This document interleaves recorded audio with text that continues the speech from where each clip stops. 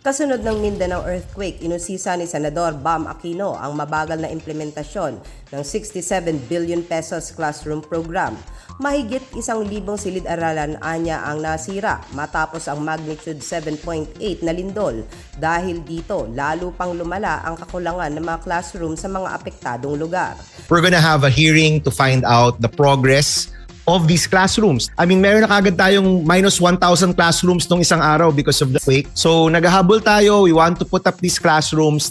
Yung pondo na pondohan ng Kongreso at ng Senado, we want to find out where this is at kung kumusta na to and if we can really start building 25,000 classrooms this year. Kaugnay nito, personal na binisita ni Aquino ang mga nasirang paaralan sa Mindanao upang suriin ang sitwasyon. Bilang chairperson ng Senate Committee on Basic Education, magsasagawa siya ng pagdinig sa pagbubukas ng Senado. Layunin nitong alamin ang progreso ng pagtatayo ng libu-libong bagong silid-aralan ngayong taon. Ito yung isa sa mga priorities po natin to check on that budget, to make sure na nagagamit siya ng tama, to make sure na mabilis yung deployment niya. No? Kasi currently, ang report sa amin ay mabagal yung deployment. Bukod dito, iniulat ng DepEd na 19 na probinsya ang naapektuhan ng malakas na lindol. Pinakaapektado ang South Cotabato, North Cotabato at Sultan Kudarat. Habang papalapit ang tag-ulan, nangangamba ang mga opisyal sa mas mabagal na rehabilitasyon.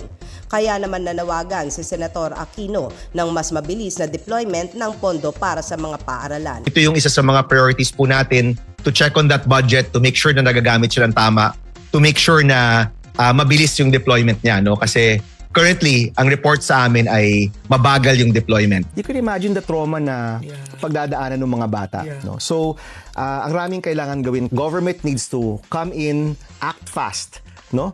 Yung pagbibigay ng pondo para ma-repair yung mga classroom or para gumawa ng mga bagong classroom, kailangan mabilis.